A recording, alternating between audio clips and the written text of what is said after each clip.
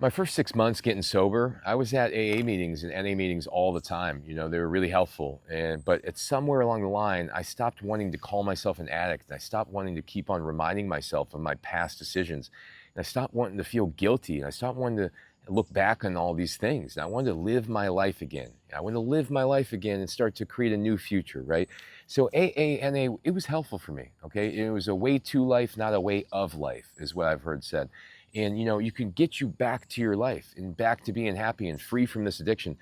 But it's not something that I thought was necessary forever, right? Because it made me feel in my mind that there was something still wrong with me. That I was always going to be an addict. I always had to watch out for this thing. I always had to, I was always going to be a victim of this craving, all that. And I was buying into that for a period of time until I realized, hey, it's not true anymore. Because I eat the right foods, because I sleep well, because I meditate, because I do breathing, because I exercise, because I take care of my body. These addictive tendencies are not there anymore, right? So I didn't want to buy into this idea that, hey, the addiction is always going to be there. It's haunting and it's waiting in the closet. As soon as I take one sip of something, then I'm off to the races and I'm, in an alley somewhere. No, that's not going to help you. It's going to make you feel nervous, make you feel unsafe. It can make you feel like you don't have control over yourself. And it's going to make you basically have a lack of confidence in your ability to control yourself. This is not the way. It is not the way. So the point of this video is to say that, hey, listen, AA, NA, they're helpful, but you don't want to buy into the idea that you're going to be an addict the rest of your life, that you need this constant, you're constantly going to seek this thing. It's going to be on your mind forever, because reality is not true. It's not true. If you live a healthy life, you start to find something that provides you happiness in your life, fulfillment.